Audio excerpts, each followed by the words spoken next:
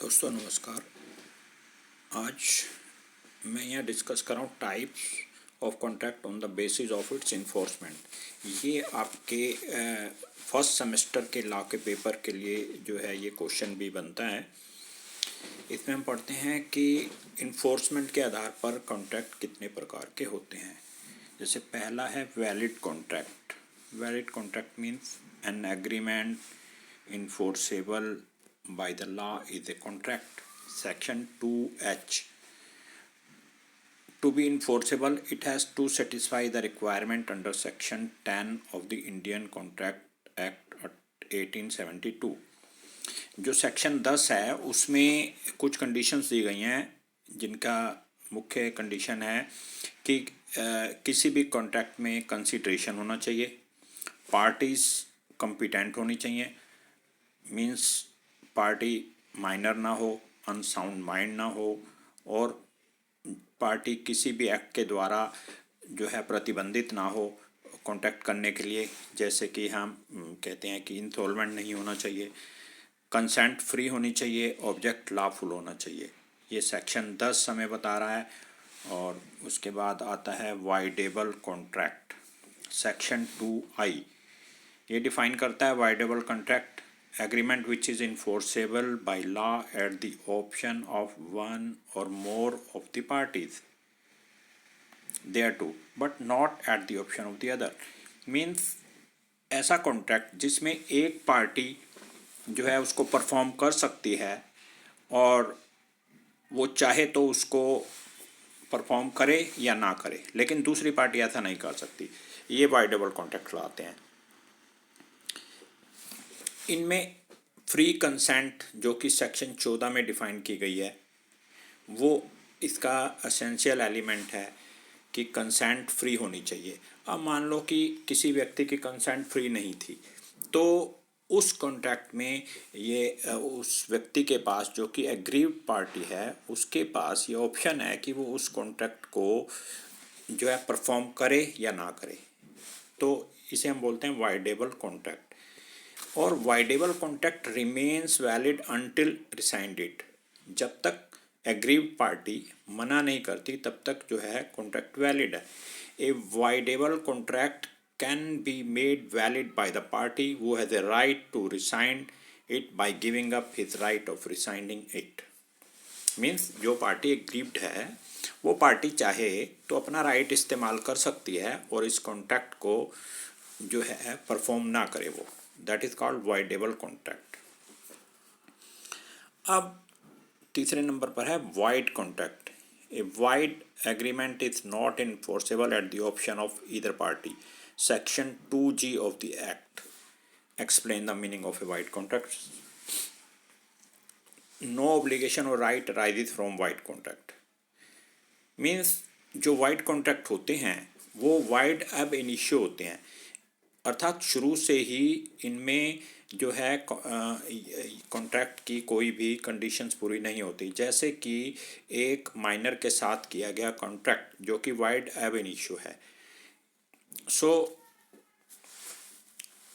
अगर किसी कॉन्ट्रैक्ट में मिस्टेक है, मिस्टेक ऑफ फैक्ट, और दोनों ही पार्टियों की तरफ से, तो वो एग्रीमेंट वाइड कहलाएगा।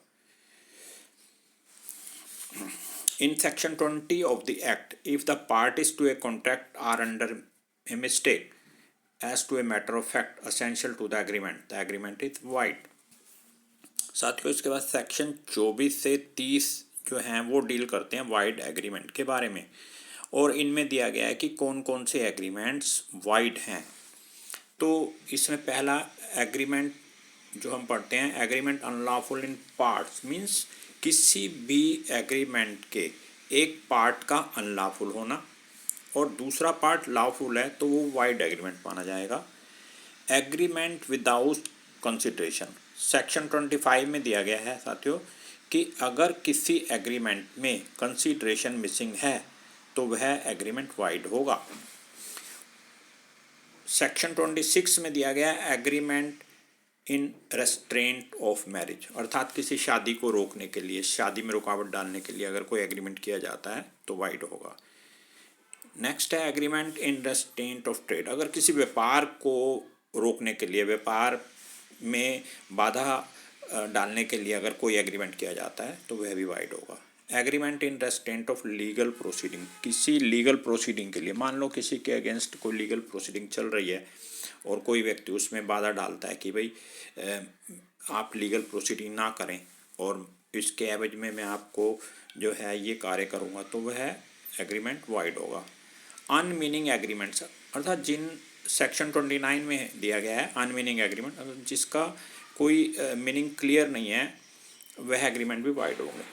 और नेक्स्ट है सेक्शन 30 में वेजरिंग एग्रीमेंट, अर्थात जिन एग्रीमेंट्स में जो जुए पर आधारित होते हैं, जैसे कि आज बारिश होगी या नहीं, इस पर शर्त लगाना वेजरिंग एग्रीमेंट है, ये भी वाइड है।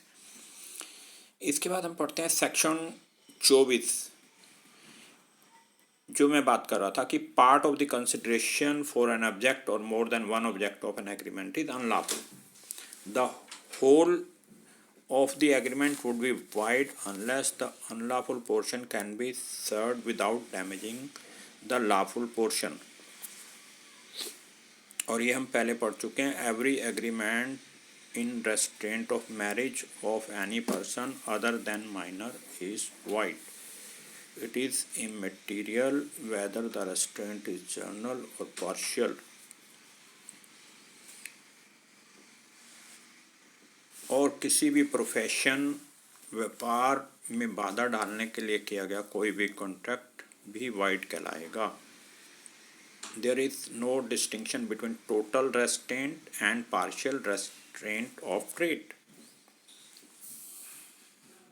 साथियों, section 28 of the act renders two kinds of agreement wide.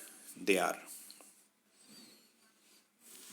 एक तो है कि एग्रीमेंट, ऐसा एग्रीमेंट जहाँ पर पार्टी जो है पूरी तरह से जो है लीगल प्रोसीडिंग को रोकती है, और दूसरा है agreement which limits the time within which the contract right may be enforced.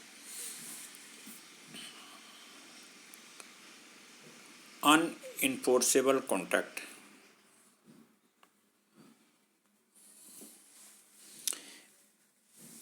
it is one which is good in substance but because of some technical defect one or both parties cannot be sued on it। These defects may be the absence of writing, registration, time barred by the law of limitation etc। और इसका next है illegal unlawful contract. साथियों, section 23 of the act describes some condition when an agreement may be unlawful or illegal। A distinction has to be made between void contract and illegal contract। Agreement whose object और consideration is forbidden by law, अर्थात जो agreement का जो consideration है या object है, अगर वो किसी लॉ के द्वारा प्रतिबंधित किया गया है, यह इलीगल कॉन्ट्रैक्ट कहलाता है। और जो वाइड एग्रीमेंट्स हैं, यहाँ पर जो है law merely say that if it is made the court will not enforce it, मतलब इसमें कोई इलीगल तत्व नहीं होता, ये वाइड होता है। जैसे कि माइनर के साथ कॉन्ट्रैक्ट किया जाए, ये वाइड कॉन्ट्रैक्ट है बट इलीगल नहीं है, इसलिए हम कहते हैं कि इलीगल और वाइड दोनों डिफरेंट है। तो इसलिए हम कहते हैं इलीगल एग्रीमेंट्स और contracts are void but all void agreements are not illegal. जैसे कि माइनर के साथ किया गया कॉन्ट्रैक्ट वाइड है बट इलीगल नहीं है। तो साथियों, आज का जो है टॉपिक हम यहीं विराम देते हैं। अगले टॉपिक में हम पढ़ेंगे type of contracts on the basis of mode of creation. Thank you.